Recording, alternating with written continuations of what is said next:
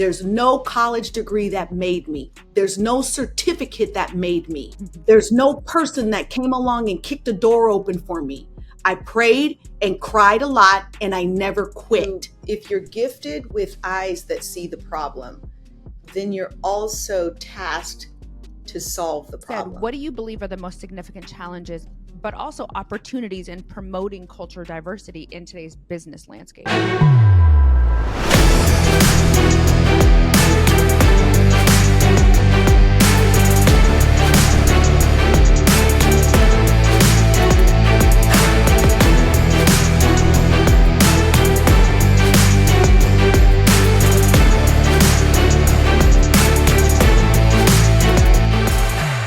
I go into every community, I go into every school, I teach my team, anybody that we put in positions of leadership, that's the goal, is to not just 5, 6, 7, 8 play some music. The goal is to do something, say something, offer something that could potentially change the trajectory of somebody's life. So I'm intentional about that. Ow! I'm back! I'm back! I know most times people think, whoa, Studio T, you guys just dance. We do so much more than that. Not only do we teach dance and after school programs, we also provide our families with some of their most basic needs like hygiene items and food. We also do job training for our parents and family management training for our parents, which includes financial wellness, how to manage your home, how to not go broke at Christmas, which is budgeting and saving, how to meal prep and shop on a budget. We also do job fairs. We've done shoe drives and backpack drives. We went from serving 5,000 local youth to 192,000 youth nationwide just through the arts and platforms that we've built. We do community cleanups and so much more. Ms. T. Sandifer is a dynamic force in the realms of business, culture, and community. As a Forbes Culture Champion, she has dedicated her life to empowering others through her innovative programs and relentless passion for social justice. With a career spanning over 2 decades, Ms. T has revolutionized the way we think about entrepreneurship, particularly for underrepresented communities. Her journey began with a simple yet powerful mission to provide young people with the tools and opportunities they need to succeed. Through her organization, Studio T Urban Dance Academy, and some more things that we'll talk about later, she has touched the lives of countless youth using dance as a vehicle for personal and professional growth. Her commitment to excellence and inclusivity has earned her recognition as a trailblazer in the industry. Ms. T's impact extends beyond her local community. As a sought-after speaker and mentor, she has inspired audiences worldwide, sharing her insights on leadership, resilience, and the importance of cultural diversity.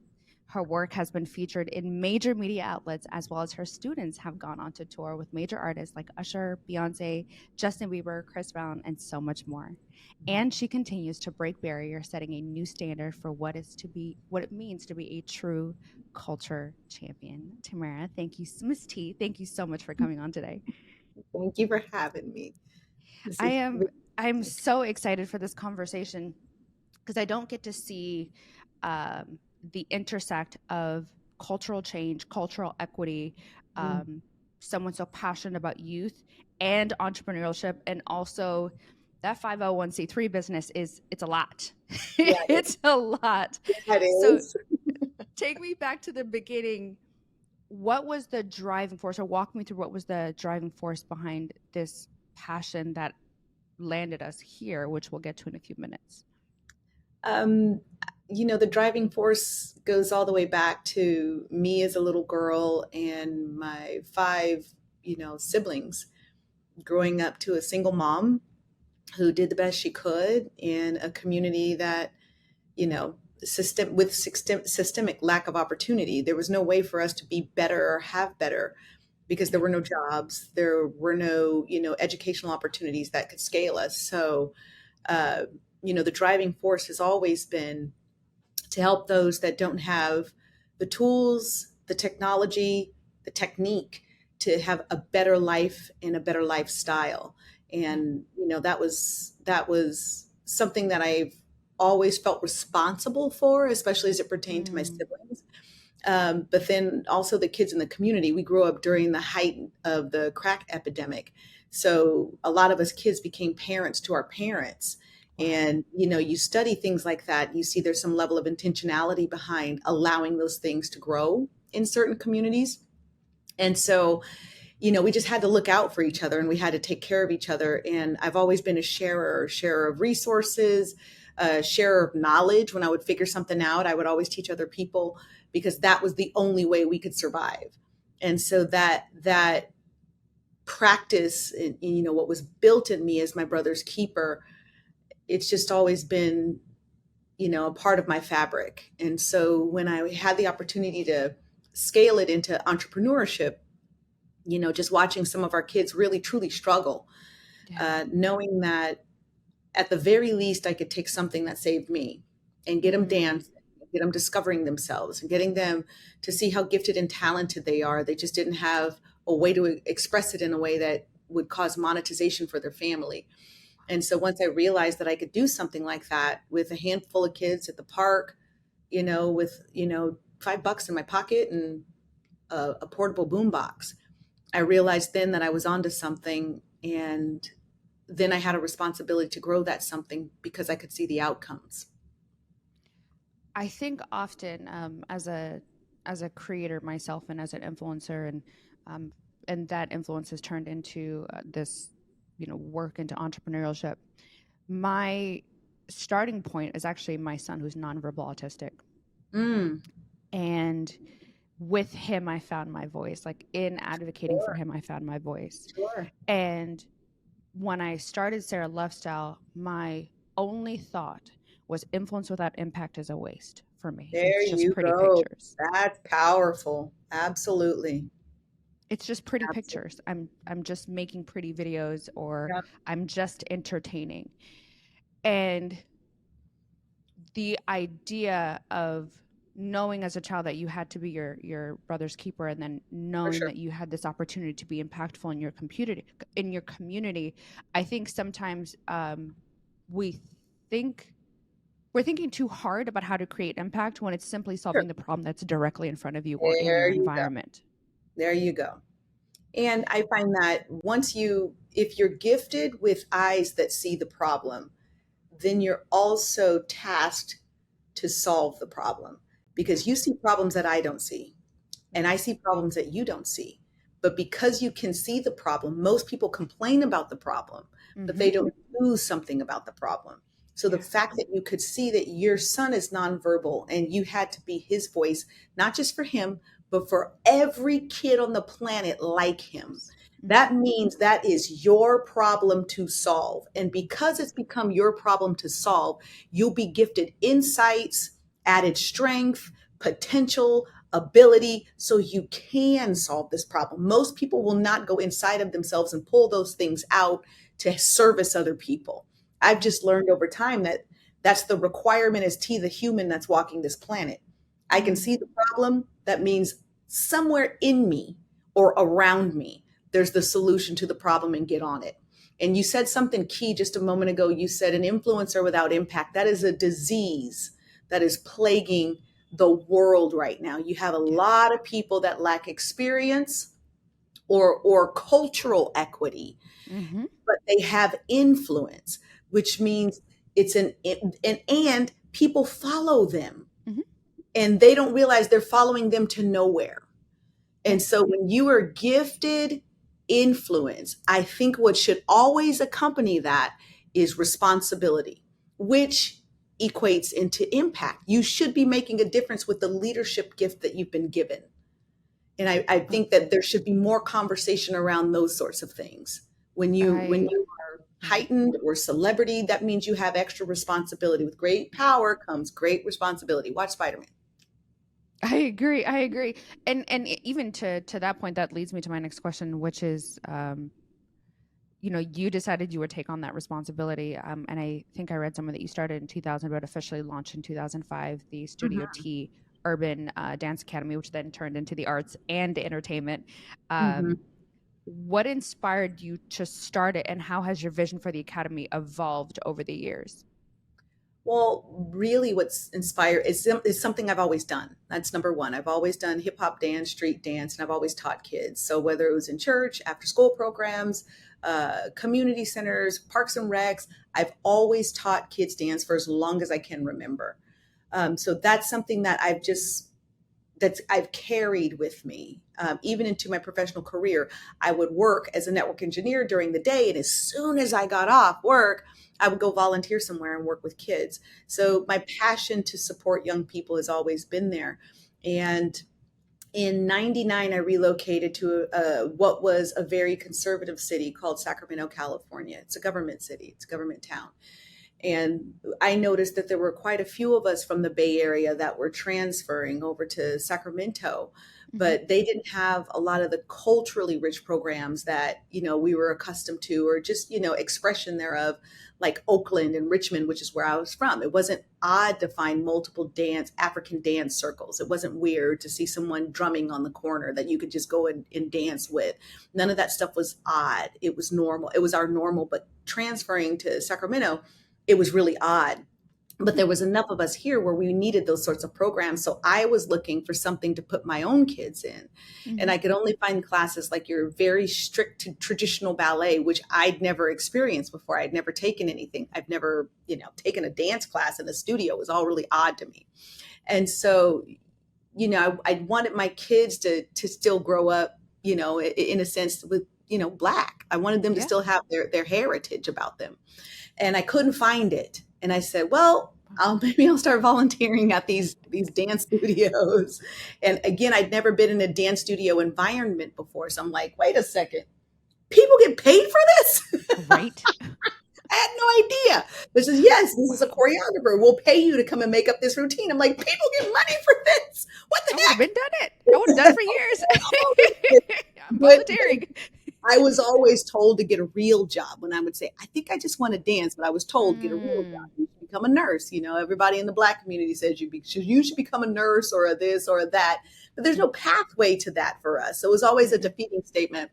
So anyways, I was looking for something to get my kids in, and they were 5 and 2 at the time.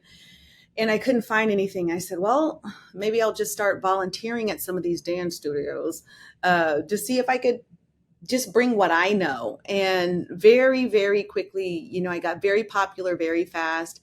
And, just being ultra transparent, that made people uncomfortable. And so, going into, and I'm not a prejudiced person, I'm a mixed person, but going into, traditionally white-led institution and bringing something that was wildly popular or became wildly popular like I was doing, but very foreign to them, I became a threat. And one day they told me, thanks, but don't come back. And I said, but what about the kids? What about the families? What do I say? And we didn't have social media or anything like that, during this time. And so I just quietly went away. And, the kids started talking and they found me. And so I just showed up at a park and kept doing what I knew to do. And one week it was 4 kids. The next week it was 8 kids. The next week it was, 30 kids. And then there was 70 of them out there. And I was like, oh my gosh, I should probably take this seriously. Yeah. And that's when I knew I had to do something different. And so I took a leap of faith, and truly it was a leap of faith. And I took an early retirement from the phone company, which is where I was, building networks all over the world. And I took a second out on my house. I cashed in my savings, my 401k, and I started what is known today as Studio T Arts and Entertainment. And it's grown by way of, and scaled by way of not just, dance, but we offer so many services and then so many wraparound services. Again, these babies were showing up and giving me everything. But they were showing up hungry. They would show up sometimes in the wintertime with, tanks and shorts and flip-flops because they didn't have the money for school clothes. And so I knew I had to do something that serviced them by way of their basic needs. I couldn't expect 100% out of them, knowing that they were going home to sleep on someone's couch and they may not eat again until school lunch the next day. And so I started adding programs that address the whole child, mentally, physically, and creatively. And I think that's what's lent to our staying power. I've been doing this for 37 years, but 25 years here in Sacramento. and surrounding cities. We're actually technically from the top of California to the bottom, and we'll be starting 2 more states pretty quickly here. So the hope and the prayer is that, other people can see that sometimes doing business it's more about dealing with the person's interior than it is helping them achieve something exteriorly. I think the acclaim and the accolade, the contests and all that stuff is very easy once you can get the person strengthened on the inside. And so that was the shift that we made that made the difference in, thousands of lives today. And just keep going. It's incredible. I mean, I was reading that you've managed to serve and impact over 880,000. That's a whole lot, isn't it? Holy cat. That's almost 1 million people. That's a lot of people. My staff keeps track of this stuff, and sometimes they say, Miss T, did you know? And I'm like, no, I didn't know. It's like when you're in the thick of battle, you're not counting. No. You're just trying to get as many as you can. But that's 37 years of dedicated service to community. And now we are dealing with and working with and, developing our children's children. Now we're working with grandchildren now. And it's amazing that we've been able to do this for 3 generations in some families. So I'm extremely honored that I get to say that. I'm trying to wrap my head, and pardon, it's very rare that I'm silenced or I don't have words. I'm trying to wrap my head around 880,000 children. My goal for me personally is like, I think sometimes we, at least as a creator and as an influencer, right? Like you have 200,000 followers and people are like, oh, I only have 1,000 followers or 5,000 followers. And I'm like, 30 people is a coffee shop. You can fill a coffee shop. Sure. 1,000 people fills another setup, that's a whole park or whatever it is. And then 20,000 people, and we're like, oh, it's not enough impact. And 20,000 people fills an arena. It's a basketball arena, or, 70,000 to 100,000 fills a football stadium. You've filled 8 stadiums full. Holy or 9 cat, stadiums. when you say it like that. Yeah. It sounds like a lot. It's a lot. And I'm thinking about that. And then also like in the world of where DEI has become such like a curse word, and this is, becoming this negative thing, right? Where with impact. But what I do know is, at least from my entrepreneurial side, is some of the best companies and the best boards and the best founders I know have diversity amongst their executives. Sure. And if you add a woman at the top, they do even better at that. And so there always needs to be a woman at the top. And, with that being said, what do you believe are the most significant challenges, but also opportunities in promoting cultural diversity in today's business landscape? I'll start with the challenges. I am a Black woman at the top. I know that's right. That's a challenge. I got to fight. I got to fight regularly and consistently, because people will challenge your intellect. They will challenge your ability. They will challenge your capacity, and they will challenge your ability to lead. They test my vision every day. And I have to remind myself that they're determined to box me how they see me. It's my job to change their minds, not by what I say, but how I keep showing up and by what I do, which is why everything we do is done in excellence.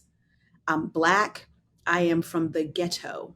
I am a welfare baby. It doesn't make sense that I'm on a Forbes list. I just bought an entire block that houses my 44,000 square foot headquarters. I populate the major communities, districts, school districts in the 5th largest economy in the world called California. And I'm thriving, and I'm multiplying and duplicating myself by way of my heart for services now in other people. And we're covering so much territory so quickly. It does make you ask, how on earth is someone like her doing something like this? So that's a pretty steady challenge. And then the building that I bought, the renovation that has to happen, the updates that have to happen, the kind of forward thinking and technology and its installation in a community that doesn't look like it deserves what I'm building. is a Yeah. constant challenge, but it makes me stronger. It makes me smarter. It makes me faster. It makes me better. And it helps me prove people wrong in their thinking and how a person like me could show up in the world and do some good. That's the beautiful thing around what I'm doing. And it's not just me. Now there's a whole collection of me's that are showing up in the world and doing good that goes completely against what your grain of things suggests we should have the capacity and ability to do. There's no college degree that made me. I prayed a lot. There's no certificate that made me. I prayed and cried a lot. There's no person that came along and kicked a door open for me. I prayed and cried a lot and I never quit. So being able to show young people that come from something like what I've come from or have experienced some challenge in life that never quit. And if this can happen for someone like me, surely this can happen for someone like you. And I'm going to help you. So the challenges are steady, but they're not, I don't think that they're always designed. I think some people think, oh my gosh, these are challenges. Well, they're meant to either make you or break you, but you get to choose. Yes. You get to choose if it makes you. You get to choose if it breaks you.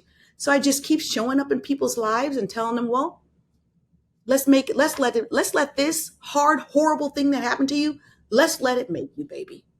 Because if this can make you, there's 20 more yous that this is going to help when you're not even here, because we're going to document. Yes. So 20 years after you're already gone, your story, your life is going to help somebody survive. I think about legacy often, and I think about what my legacy will be. Especially for my boys, and I'm a single mom, and go life whooped my tail. That's all right for a second. Yeah. And I remember when everything started to fall apart, and it happened so fast. Also, folks, be very careful about the prayers that you pray, because I was like, Lord, remove what's not for me. And You it just wasn't might even get like, it wasn't even 24 hours. Everything, my whole everything. Been there, done that. I'm like, wait a second. What? I was like, I will never, ever, ever pray that prayer again. Oh. And like it was quick. It was like I was getting divorced, everything fell apart. But at the same time, like my career was took off. Yeah. And it was a moment at 32 where I had to consider, like, do I allow this to break me where I am, or does this become a part of my testimony that is just extraordinary? And am I going to be more than just a divorcee? Am I going to be more than just a single mom? Am I going to be more than just a special needs mom? And what I also learned in that process was God does not play about me. He does not play about his children. He was like, I got this. I'm going to place you in places. Like in full transparency, I'm technically, by the world standards, not qualified to do any of the work that I do, which is why I started Influence to Equity. Isn't that amazing? I'm not qualified. An immigrant. I was born in a refugee camp in Sudan during the Ethiopian War back in the day, or back in the 80s, and there's always still a war, but that's a whole different conversation for a different day. Yeah. And so when I think about, what you said, I can resonate with that, because to go from a refugee camp that I still remember to the life that I have now living in LA is very, very different. And so it is a conversation that I have very often with my boys, and then having that conversation even in the community here in LA or in DC, where I lived as well before I moved here. It's like, oh, but you're there. But I'm like, like, sweet baby, you are looking at my step 5,000 or step 1,000,000. There you go. I was that girl. I was that kid. But I just had a community within my Ethiopian community, and then the community that my parents placed me around, that were able to water me and be able to pour into me, to give me an opportunity. So those kids that you are serving, I was those kids. Like that was me. And so even as my life is progressing, and as an entrepreneur, sometimes I talk to friends who will say, I need a business coach or I need a mentor. I'm like, no, you need a therapist. That part. You need a therapist. Because I got a therapist for business, I got a therapist for life. Like she needs to help me work all of my childhood, help me work on all of it. And I said all that to say what you've also done by expanding, which I think is so brilliant, into the arts and into entertainment, especially considering this is California, is you've been able to create different forms of empowerment, from dance to entrepreneurship, and you've also been able to integrate the different elements to create a more like holistic community, like personal development. Absolutely. How have you integrated all of those things for yourself as an entrepreneur, but also for everyone that's there? I listen. I have a hair shop. 44,000 square feet. I have a hair shop.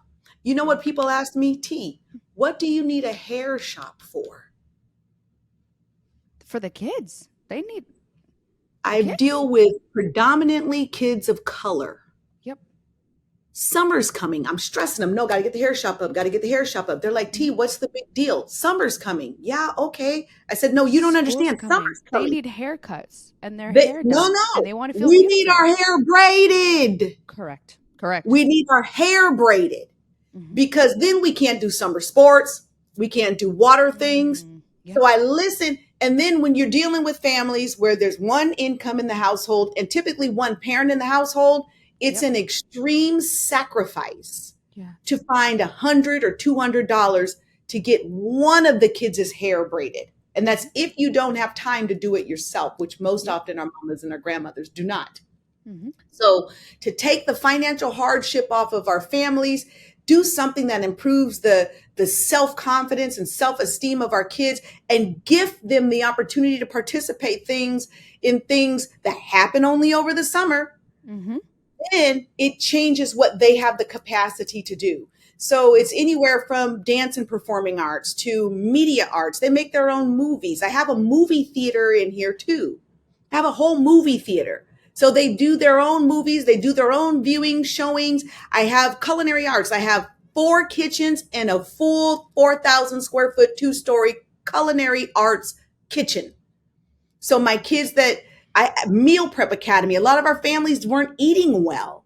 They were having health issues because welcome to McDonald's, may I help you? Because they weren't meal prepping, cooking at home. It's amazing what you can do with 30 minutes in a crock pot. Now my families have that as a tool to keep them healthy. In addition to that is music, beat making, bucket drumming, live instruments, making their own music on soundboard, and then teaching them how to sell that to corporations who use their music for the content that they film and build for them. So it's a holistic thing. And then entrepreneurship is attached to everything. So, I got kids that's doing braiding, but they also learn budgeting. I got kids that's making music, but they also learn licensing agreements. I have kids that do dancing and backup dancing for who you name it, but they also know how to read a contract, and they also know how to say, no, there has to be 2 more zeros on that check. So entrepreneurship is attached to everything we do because that's the business. That's life is business. Even if you're just managing a family, that's entrepreneurship. So and then, again, if you fall on hard times, let me take the pressure off of this, get you some food, get you shoes. I buy so many shoes. People don't even know the importance of a good pair of shoes. Shoes for my kids is social acceptance. Yeah. That also means a lot of the kids we work with, they get a pair, and that's when school starts. But because they only get one pair, they don't want to participate in PE because they only got one pair of shoes. So they'll take a L in sports and PE because they cannot mess up their Air Force Ones. Yep. What happens if they have 2? Now they can participate, and then it's discovered they actually have a talent. And they don't got to mess up these ones, because some of our families, they get in trouble when they go home and they mess up the thing that mom had to clean houses for 5 months to buy. Yeah. So just taking that kind of financial pressure off of our families and just helping them by basic needs in conjunction with developing their skills, gifts, and talents, and teaching them entrepreneurship. We've had kids go single mom, 7 kids. That was my young man that won So You Think You Can Dance. It completely shifted the entire family's financial trajectory. Wow. So the dance part was ancillary in comparison with now they have high school graduates, college graduates, and they have careers and they live in a completely different community with completely different neighbors and a whole nother set of opportunities. Started with this one seed and these wraparound services. I just, I can't help but wonder how big of an undertaking and task it felt and how heavy, like not necessarily, I don't know if burden is the right word, but the responsibility of how heavy it is. But I don't even know if we would feel it while you're in it because you're just trying to get through it. I'm How never do going you to get through it. no? No, no. And it doesn't, the, it's not a heavy thing when you know this is who you are and this is why you're here. Yeah. I'm very clear about my assignment.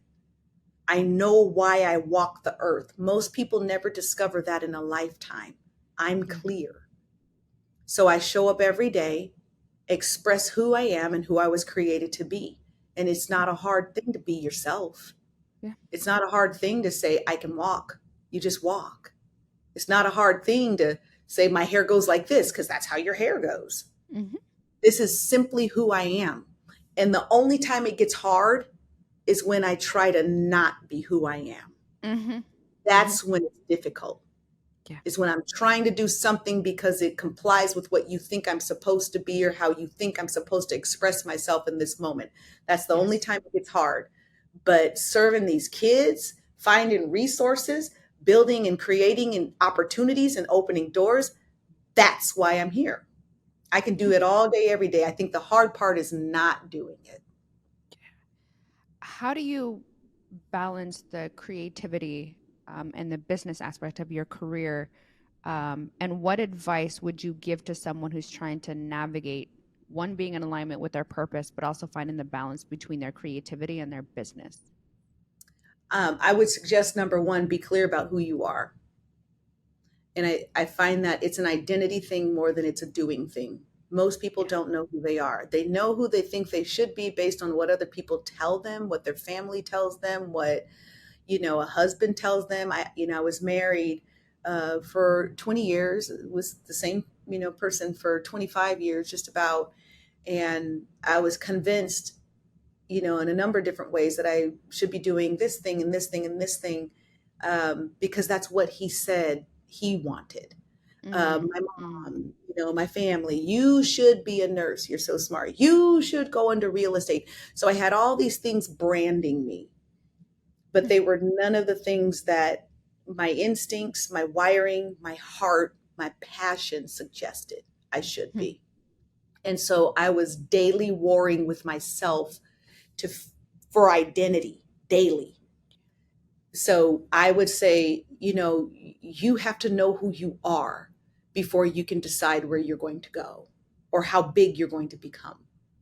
Because then you can get entangled in something and be so convinced or corrupted, and it'll compromise what you're trying to do.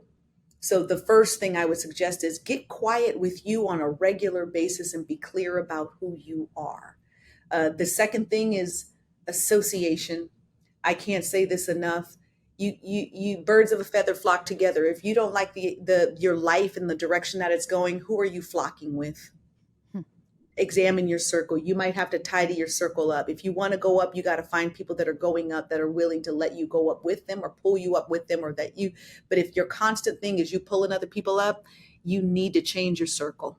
If your constant thing is, I had people and for 17 years and I didn't quite get it, but I had people that, every time you see this, they say, oh, you think you're so this, or, oh, you just, that. They publicly berate me in front of masses of people. And I would say, okay, T, you got to try harder. You got to be better. And then at some point they said, you think you're better than me. And it just came right out of my spirit.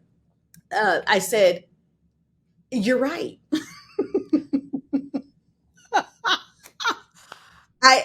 I do, and I am. And it was from that moment that I stopped allowing myself to be in situations and circumstances where people didn't value me. Mm. And once I changed that, everything changed. Wow. I could speak on that subject forever, because I learned that very heavy lesson early in my entrepreneurial journey, um, and it had been there for a while. Mhm. But it was like microaggressions. It was little comments. It was little Yeah. statements, and I was like, "That's so strange." But no, they love me. No, they're not That gonna be mean. part. That They love part. me. They just don't understand my vision. Yeah. And it came to a point. I remember looking around. I was like, "Am I the problem? Because why doesn't anyone understand my vision?" But I also had to understand that it wasn't given to them. That was a conversation with me and God. It was not a conference call. He told me the vision. He showed me the vision, and my job is to execute the purpose and the impact of this There you go. particular There vision. you go. But it's a hard thing. I've realized that whether someone is 22 or 42 or even 52, Yeah. one of the toughest questions that people cannot answer is, who are you? Yeah. And what do you And want? The second and hardest question. what do you What do want? you want? What do you want? Mhm. I was in a meeting with two founders who are running this incredible company, and they had asked me a question. They asked me, "What do you want? When if this is successful at the top, what does this look like for you?" Yep. And I I started giving them the entrepreneurial response, and then I realized that's Yeah. not my truth. I gave them my truth and my response for what it Yeah. would be. And they came back and they said, "You would not believe how many people cannot answer that question." Or they'll say, "Oh, I want to get to $500,000. I want to get to a billion, or have a $500 million. I want to get to $1 billion. I want to have a $4 billion exit." But why though? Why is that important to you? And most Yeah. people can't answer that. And then for this young entrepreneur, she was saying that the folks around her didn't support her. And the reality is, if you're looking for are you looking for support, or are you looking for validation? I think is an important question to ask yourself Sure. when you're going through this journey. Yeah. And then And validation is not an exterior thing. That's an interior thing. So if you're looking for validation, you're already wrong. yes. Everything that you're building, whatever on validation from you're already wrong. Mhm. You're setting yourself up to fail by Correct. looking for that from other people. That should come from one place, you. And it'll never be enough if I'm looking for. I think that's one of the things about social media that doesn't bother me or sway me either way. Is it's I'm not looking for validation. I'm looking to make great work. And Yeah. speaking of validation, in April of 2024, this year, the city of Sacramento announced I had granted $1.1 million to 7 esteemed North Sacramento nonprofit organizations, and one of those organizations is yours. Um, Walk me through that moment and what the intention is for the Studio T Arts and Entertainment. Well, I would, that moments like that, they do come, and I'm very, very grateful for them. But, anytime your city says we're willing to invest or Mm-hmm. support, it only heightens the existing responsibility that I feel to serve. And so when they're willing to put their resources behind, your vision, but also your action, it tells me, okay, number one, they see you. Number two, your efforts have been proven. And number three, now it's really time for you to show up and show them, you know, this is how we do what we do. And here's some outcomes. And as a result of you supporting us and us getting in partnership with one another, this becomes our outcomes. Mm. So I really liked it when people gift us funding and resources. I really like to give them reason to celebrate their decision making in that. And so it heightens not just me, but my team. Not that we don't strive for excellence every day, but it makes us keenly aware and minutely aware that every little thing we do and every little thing we say now counts even more, because now our city is suggesting that we're doing a good job. That means I think we can do better. Mm. So the moment just kind of added to, what we're already doing and what we're already about. And then, the other thing I would suggest, around something like that happening is it makes people see you differently. There's for many years, that's the lady with the hip hop studio. They have no idea of the depth of investment by way of programming and hands-on service that we do, because I've only been branded as the lady with the hip hop studio with all the little color kids. You know what I'm saying? It's like, or this lady is actually has a team of champions, and we're grooming some of the most remarkable leaders in entertainment, the arts, social justice, education, and technology.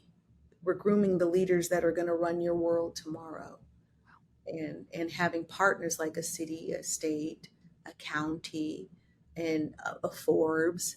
By suggesting that, it changes how people's perspective of who we are and what we do. And again, the identity of myself for sure, but the identity of my company is very important to me, because I constantly have to say, well, that's not who we are.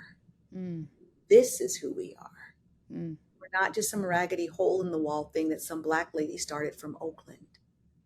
We're actually a national organization who will very quickly here be international, that has served in excess of 800,000 students and their families from the top of the country to the bottom, from the left to the right.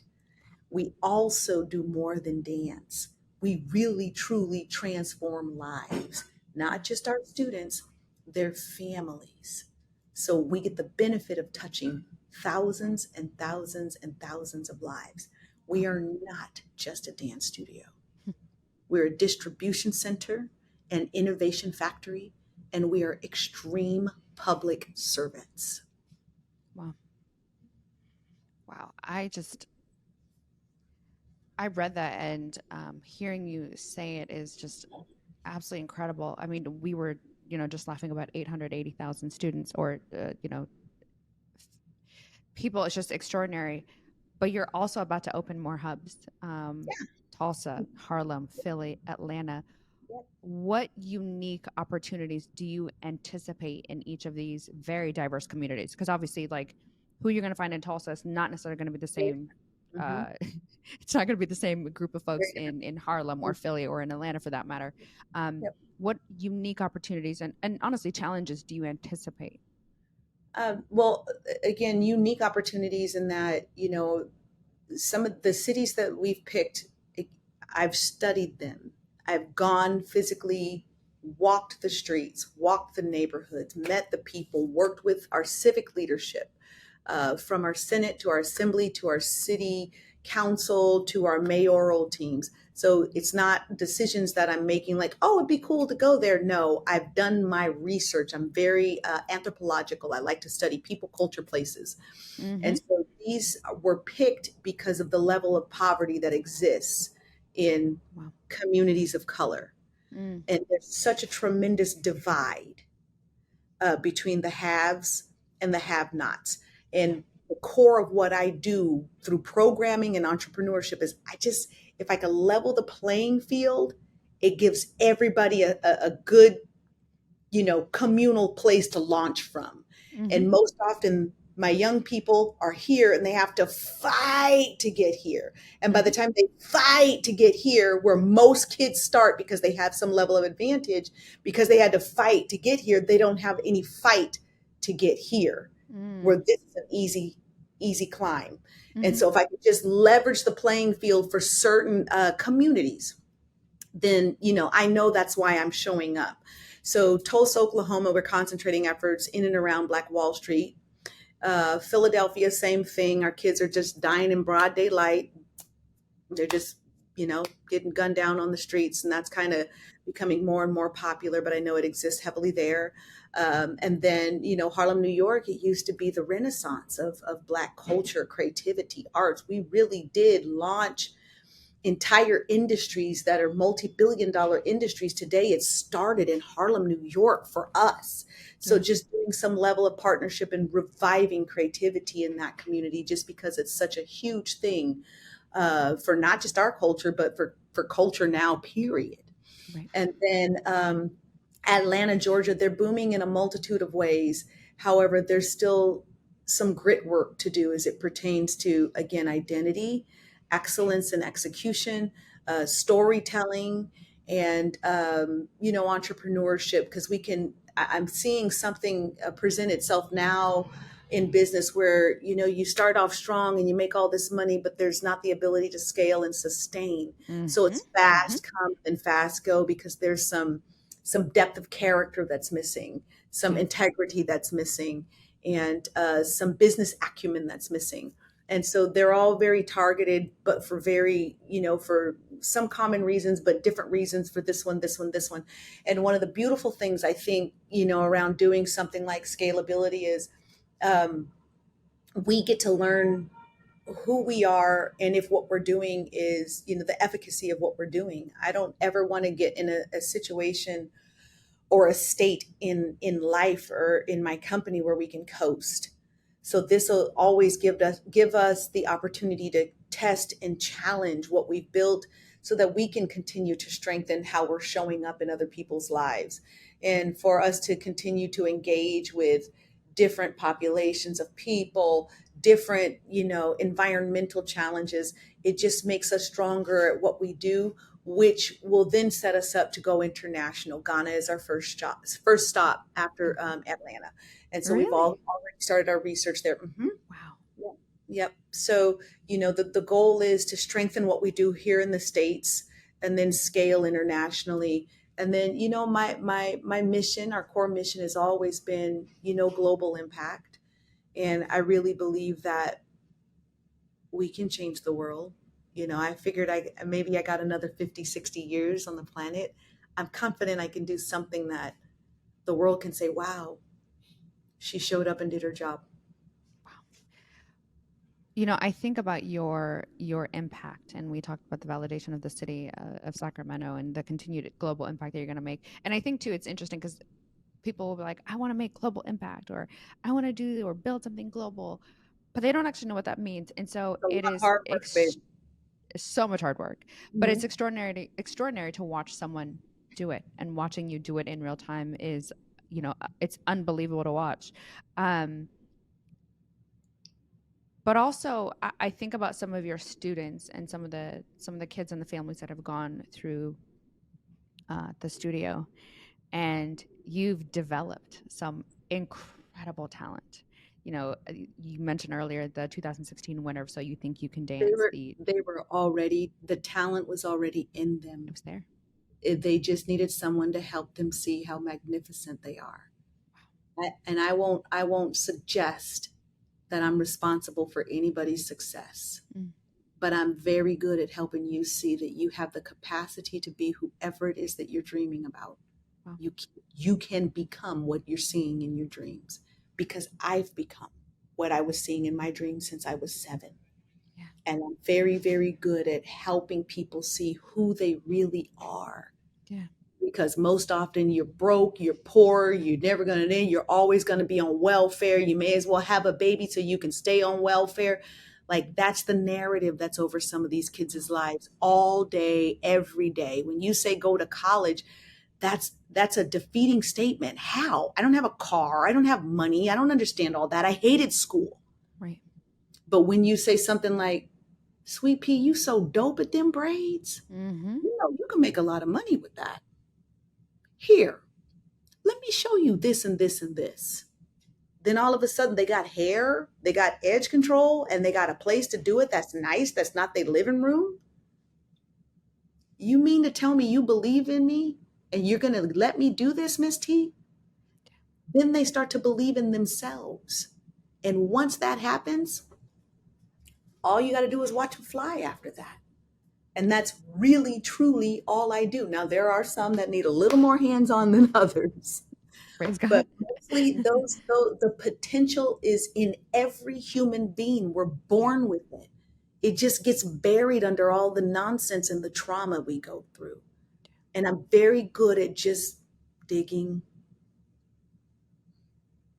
loving, not quitting, keep showing up. I'm a pit bull. I'm a bad penny. I'll just keep showing up in your life. Oh, there she is again. Same. Is it incredible to watch as some of your graduates are traveling the world with, you know, Yes. Justin Bieber, Jennifer Lopez, Selena Gomez, Rihanna, Chris Brown, the Jabberwockies, Usher, Beyonce. I mean, it's just, there's so many. And then you've even got someone that's working in the White House. Yes. What is that like Free. as a mama Like as a mama bear, that's how I would feel. How does like the three folks in the White, how does that feel? It feels like I'm on the right path and I can do more. That's what it feels like. Hmm. It feels like that's the little human that I saw the day I met you. Now you can see what I've seen all along. Wow. And it makes me happy that they can see that they have the potential to do something great. Because that's what I see when I see them. I don't see anything else. I don't see that they're angry. I don't see that they're, rebellious. I don't see that they're, wanting to quit. I don't see those things. I just see their greatness. And I constantly point at, no, baby, this is it. No, baby, this is, and then I'm willing to put my money where my mouth is. I'm not going to tell you you're great and you should be dancing and not help you with a plane ticket to go do an audition. That's crazy. Yeah.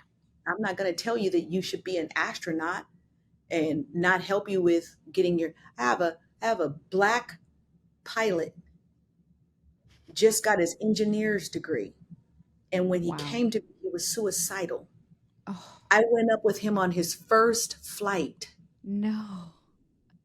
So I'm willing to put my money where my mouth is. I'm not going to tell you you should go be a pilot. We bought him his membership to, you have to be a member of an aeronautics club in order to take flight lessons to test to become a pilot.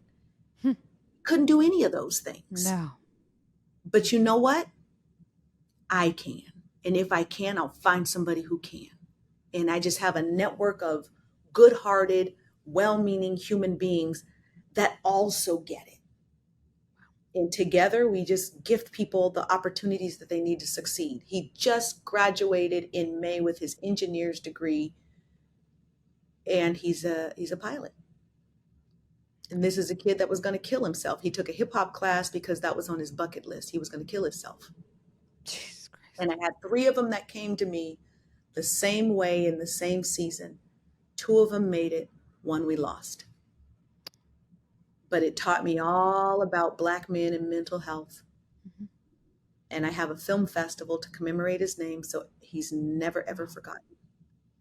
Wow. My last question is, I love talking to you. And I know that just listening to your wisdom is, and your voice is so calm and soothing. And oh, is it? Oh my gosh, people say you're intense, T. I'm like, I am? Oh, I love it. I don't know if I'm just crazy. I love it. And with that being said, you're also about to launch your podcast. Tell me about it. When is it launching? Because I need to subscribe immediately. It's a relaunch, technically. I did a great deal of that during the pandemic because that was how I was reaching, my families and such. But there's been such a push for Miss T, you got to do it again. You got to do it again. So it's in the thick of, buying 44,000 square feet and renovating it and, tidying up the block, plus adding, plus scaling, plus, going into every major school district in the state of California and offering programs. So it was like everything was happening like so much all at the same time. I kind of mildly paused a bit, but I did a lot of speaking and such. And so doing, the public speaking piece, they're like, wait a second, we're only going to get an hour of this? Miss T, yeah, please. We need more. So anyhow, I said, okay.